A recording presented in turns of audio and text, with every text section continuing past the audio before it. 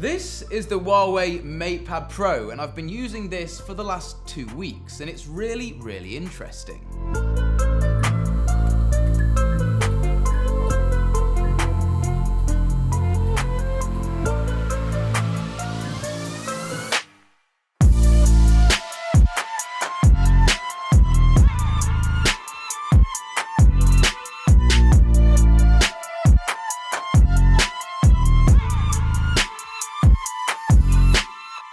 Okay, so let's talk all things goodness, starting about the front. We've got a 10.8-inch IPS LCD screen here, which is 2560 by 1600, and it's actually got a 16 by 10 aspect ratio, which is really cool for productivity. It's got good brightness when viewing outside, and because of all those pixels, things are pretty sharp, and the colors on there, the colors are really nice and vivid. But that's only one of 2 things on the front of this tablet that I really like. The second thing is actually what goes around the screen, or lack thereof. The bezels on this tablet are so thin. In fact, I think as far as tablets go, these are some of the thinnest bezels that I have seen, even compared to some of the main competition.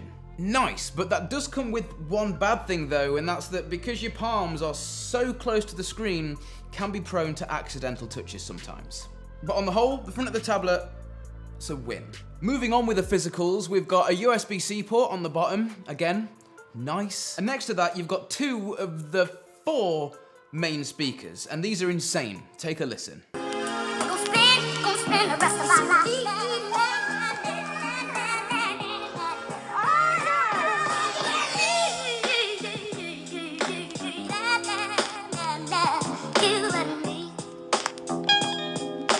Now, I really like the fact that there's 4 speakers on this tablet for the one reason that when you're actually holding the thing in your hand, no matter where your hands are holding it, you're always going to have stereo left and right sound because you physically can't cover up both speakers. And then if you flip this thing onto its back, you can see the Harman Kardon logo right there. And if you guys don't know what Harman Kardon are all about, they basically make stereo systems, more specific ones for cars and different things like that. They're actually really good, and I think it's why the speakers in this sound like they do. Talking about the back of the tablet, you've also got wireless charging built in. I think that's the first for any tablet really, and it's also reverse wireless charging, which is great, so you can charge up your compatible Qi wireless charging phone just by dropping it on the back of your big slate. You've got a single power button and volume rocker in the top right hand side of the device, as well as a little pinhole camera that I've been sneakily hiding away with the use of a black wallpaper. The quality is great for video calls or video conferencing, which is what I assume most people will do with it. I also took a few photos that you can see on screen now. Quality is fine, but it seems to be doing some sort of strange skin smoothing to my skin. But apparently this is called beauty mode and it can be turned off in the settings. Talking about cameras on the back, you've got a single 13 megapixel shooter. Again, for all of your tablet photo taking, I think this set of cameras should do you fine. The images from the back camera were very good.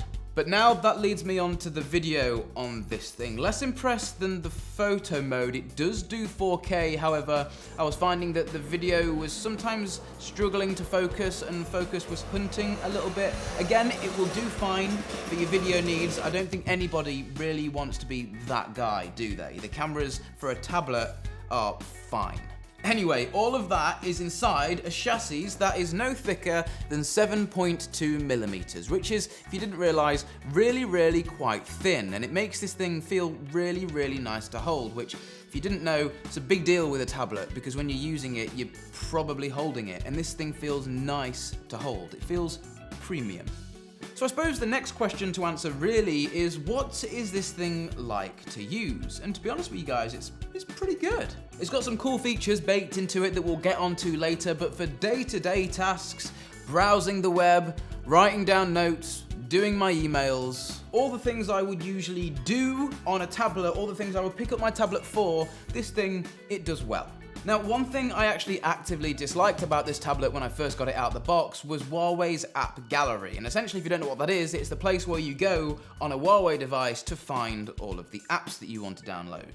Now the problem with that is, yeah, you can go on there and you can download the apps that you want to download, but only if they're there. And you're probably thinking, what do you mean if they're there? For example, it doesn't even have Spotify on it, and I'm a huge Spotify user. Now essentially about 2 weeks ago, Huawei released a new app called Petal Search Find Apps, and essentially it's a search engine that pulls searches from the app gallery itself and from developers' websites if they've directly posted their APKs online, as well as trusted third-party app stores. Because when I first unlocked this tablet, I was just annoyed at the lack of things that I physically couldn't do on it because the apps weren't available for me. But now with this Petal Search, it's almost changed my entire experience with this device.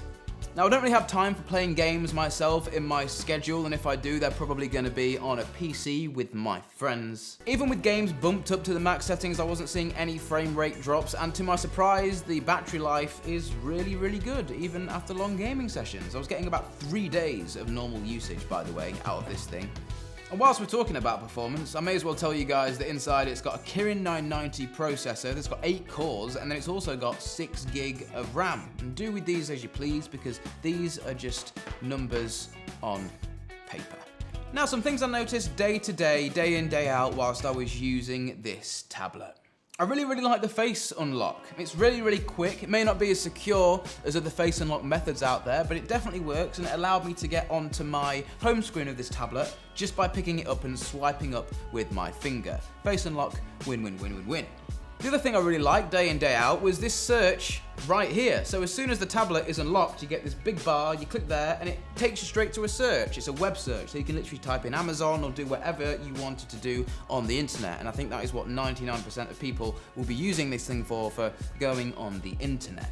Now, Huawei actually do make a keyboard fold away for this, and they also make a graphics stylus, which I haven't had throughout my testing, so I'm not gonna comment on either of those experiences. Now, there's one really cool thing that this thing has that sort of took my fancy a little bit, and it's called desktop mode. And I think what they're trying to do here is really bridge this gap between this thing being both a tablet and a desktop by completely giving you a desktop experience. So literally in about 10 seconds you can transform this thing from tablet mode into PC mode, and you get an almost Windows-like experience with the start menu down in the bottom corner, all of your apps there on the screen, widgets in the bottom right-hand corner. You even get a close, minimize, and resize button in the top corner of every app. So there's some resizing issues with certain apps, and some apps just don't work altogether, but it's a step in the right direction. It's a step in crossing the bridge between these things just being a tablet and just being a computer. What I'm saying is we need to do things like this in the industry